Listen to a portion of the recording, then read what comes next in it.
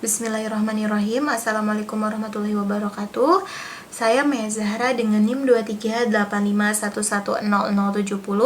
Di sini saya akan memenuhi tugas mata kuliah metode pembelajaran sejarah kebudayaan Islam dengan dosen pengampunya yaitu Ibu Asyafa MAG. Di sini saya menggunakan metode pembelajaran multimodal dan interaktif. Yang mana apa sih yang mau saya bahas atau apa sih yang mau saya paparkan di sini? Oke, teman-teman. Selamat siang dan salam sejahtera untuk kita semua. Di sini saya akan membahas mengenai salah satu tokoh Islam, salah satu sahabat Nabi Muhammad, salah satu orang yang berpengaruh di dalam agama kita yaitu agama Islam ya. Nah, mari kita tebak dari gambar ini. Apakah di sini ada yang tahu ini siapa? Iya betul, ini adalah Abu Bakar As-Siddiq, sosok sahabat Nabi Muhammad, sosok mertua dari Nabi Muhammad karena beliau merupakan ayah dari Siti Aisyah. Nah, sebelum kita membahas lebih lanjut mengenai siapa sih Abu Bakar As-Siddiq atau bagaimana sih kontribusi beliau di dalam agama Islam dan bagaimana sih perilaku beliau gitu atau sikap teladan dari Abu Bakar As-Siddiq, mari kita masuk dulu ke surat yang sering dikaitkan dengan perilaku atau sifat dari Abu Bakar As-Siddiq itu, yaitu surat Al-Lail ayat 17 sampai 18. Nah, ayatnya itu seperti ini teman-teman. Mari kita bacakan bareng-bareng ya. A'udzu billahi minasyaitonir rajim. Bismillahirrahmanirrahim. Wa sayujannabuhal atqa alladzi yu'ti malahu yatazakka, yang artinya dan akan dijauhkan darinya neraka bagi orang-orang yang paling bertakwa, yang menginfakkan hartanya di jalan Allah untuk membersihkan dirinya. Quran Surat Al-Lail ayat 17 sampai 18. Nah, dari ayat ini mari kita nanti akan membahas lebih jauh gitu penafsiran dari ayat ini. Namun sebelumnya mari kita masuk dulu ke profil singkat Abu Bakar As-Siddiq. Nah, Abu Bakar As-Siddiq merupakan sosok orang yang atau sosok sahabat yang paling dekat dengan Nabi Muhammad. Beliau memiliki nama asli Abdullah bin Abi Quhafah. Ia berasal dari suku Quraisy, lebih tepatnya Bani Taim. Ia merupakan sosok yang dikenal karena kelembutan hatinya, terus keteguhan imannya, lalu ketulusannya dalam membela agama Islam. Sejak awal dakwah, Abu Bakar As-Siddiq ini merupakan sosok remaja pertama atau sosok dewasa pertama gitu ya lebih tepatnya yang langsung mempercayai agama Islam. Beliau mampu langsung memeluk agama Islam, lalu di belakang namanya disematkan As-Siddiq karena beliaulah orang yang pertama kali mempercayai tanpa meragukan peristiwa Isra Mi'raj, padahal pada saat itu orang-orang di sekitarnya tidak mempercayai gitu akan peristiwa Isra Mi'raj ini karena menurut mereka peristiwa Isra Mi'raj itu adalah peristiwa yang mustahil terjadi. Sedangkan Abu Bakar ia selalu percaya, ia selalu yakin dengan apa yang dilakukan dan apa yang dikatakan oleh Nabi Muhammad gitu. Nah, lalu Abu Bakar As-Siddiq ini merupakan sosok pedagang yang kaya raya. Ia mampu mendermakan hartanya untuk agama Islam gitu. Jadi meskipun beliau kaya, tapi beliau itu jauh dari sifat ria, jauh dari sifat sombong gitu. Karena beliau itu memiliki hati yang luas gitu. Beliau baik, dermawan, bahkan beliau rela mengorbankan seluruh hartanya demi umat Islam, demi kebutuhan umat Islam gitu. Nah, beliau juga dikenal sebagai sosok yang mampu memerdekakan budak, yaitu salah satunya ada Bilal bin Rabah gitu. Nah, lalu beliau juga merupakan khalifah pertama, pengganti Nabi ketika Nabi Muhammad atau setelah Nabi Muhammad wafat gitu ya. Nah, di sini tuh Abu Bakar mampu menunjukkan ketegasannya dalam memimpin. Padahal kan pada kenyataannya beliau tuh memiliki sifat atau hati yang lembut gitu, tapi ketika ia diamanatkan atau ketika ia diamanati sebagai pemimpin, sebagai khalifah, ia mampu menunjukkan ketegasannya yang mana pada saat itu ia mampu menghadapi orang-orang yang murtad, ia mampu menghadapi orang-orang yang enggan membayar zakat gitu ya.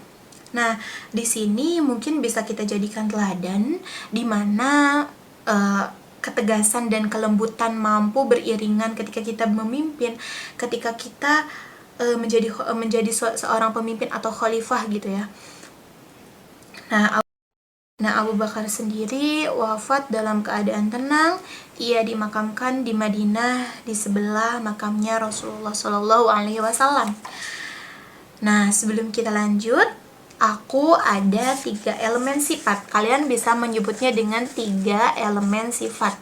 Yang pertama itu ada hati, yang kedua itu ada kantong uang ya. Nah, yang ketiga ada bendera. Ini itu elemen sifat yang menunjukkan sifatnya Abu Bakar As-Siddiq, yang orang-orang mengenal bahwa ini tuh sifat terkuat dari Abu Bakar As-Siddiq gitu ya. Yang pertama ada hati. Hati ini merupakan kelembutan hatinya Abu Bakar As-Siddiq, sifat dari Abu Bakar As-Siddiq yang memiliki hati yang seluas itu, yang memiliki sifat penyayang, sifat kasih sayang gitu ya terhadap umatnya, bahkan terhadap kaum kafir gitu ya. Beliau tuh tetap memiliki menjunjung tinggi sifat kasih sayang ini. Nah, terus yang kedua itu ada kantong uang. Kantong uang ini menunjukkan bahwa Abu Bakar As-Siddiq merupakan sosok yang kaya raya karena beliau merupakan pedagangnya, seorang pedagang. Nah, beliau tuh merupakan seorang pedagang yang sukses dan kaya raya, tapi di balik kekayaan beliau tidak pernah menyematkan sikap sombong, sikap iri gitu. Beliau tetap rendah hati, beliau tetap membantu, beliau tetap mendermakan hartanya di jalan Allah gitu ya. Nah, lalu ada sikap bendera. Sikap bendera ini menunjukkan sikap kepemimpinan dan ketegasan dan keberanian dari Abu Bakar As-Siddiq dalam memimpin umat. Ketika Nabi Muhammad tidak lagi mampu memimpin gitu, karena kan pada saat itu Nabi Muhammad telah wafat ya. Nah, 3 elemen sifat ini yang akan kita atau yang bisa kita teladani gitu dari sifat Abu Bakar As-Siddiq, yaitu yang pertama seharusnya kita harus mempunyai kelembutan hati terlebih dahulu. Yang ini kelembutan hati yang mana kita tuh harus bisa memiliki sifat yang lembut, yang kayak tenang, luas gitu, mampu memaafkan, mampu memberi. Terus yang kedua, kita harus memiliki sifat kepemimpinan gitu, minimalnya karena kita sudah memiliki hati yang kuat, hati yang lembut, maka kita terapkan sikap kepemimpinan dari diri kita, minimalnya untuk memimpin diri kita sendiri, untuk mengontrol diri kita sendiri. Dan yang terakhir, mungkin kita membutuhkan materi atau baik secara ekonomi yang mana kita bisa membantu orang banyak, bisa bermanfaat bagi umat gitu. Nah, mungkin sekian penjelasan dari saya. Seperti itu, mungkin karena saya di sini hanya membahas mengenai sifat keteladanan dari Abu Bakar As-Siddiq. Untuk mengulas materi yang telah tadi saya paparkan, di sini saya akan memberikan 3 pertanyaan pilihan ganda yang nanti saya akan cantumkan soalnya di sini dan jawabannya di sini ya, yang nanti kita bisa jawab bareng-bareng. Yang pertama itu soalnya, siapakah Abu Bakar dalam sejarah Islam? A. Khalifah keempat dari Khulafaur Rasyidin. B. Paman Nabi Muhammad. C. Khalifah pertama sekaligus sahabatnya Nabi Muhammad. D. Orang yang enggan memeluk agama Islam. Jawabannya adalah, lanjut ke pertanyaan yang kedua, yaitu kenapa di nama Abu Bakar disematkan gelar As-Siddiq? Jawabannya A. Karena beliau merupakan orang yang adil. B. Karena Abu Bakar adalah pedagang. C. Karena Abu Bakar adalah keturunan dari suku Quraisy. D. Karena Abu Bakar membenarkan peristiwa Isra Mi'raj. Jawabannya adalah pertanyaan yang ketiga sekaligus pertanyaan yang terakhir. Pertanyaannya adalah, apa pencapaian Abu Bakar ketika ia menjadi khalifah? A. Mampu mengumpulkan Al-Quran menjadi satu mushaf. B. Mampu menaklukkan Konstantinopel. C. Mampu menerapkan kalender Hijriah. Dan D. Mampu memenangkan Perang Badar. Jawabannya adalah,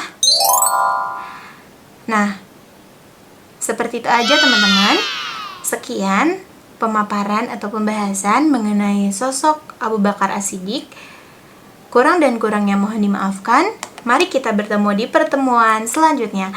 Terima kasih yang udah menonton. Semoga bermanfaat bagi kita semua. Wassalamualaikum warahmatullahi wabarakatuh.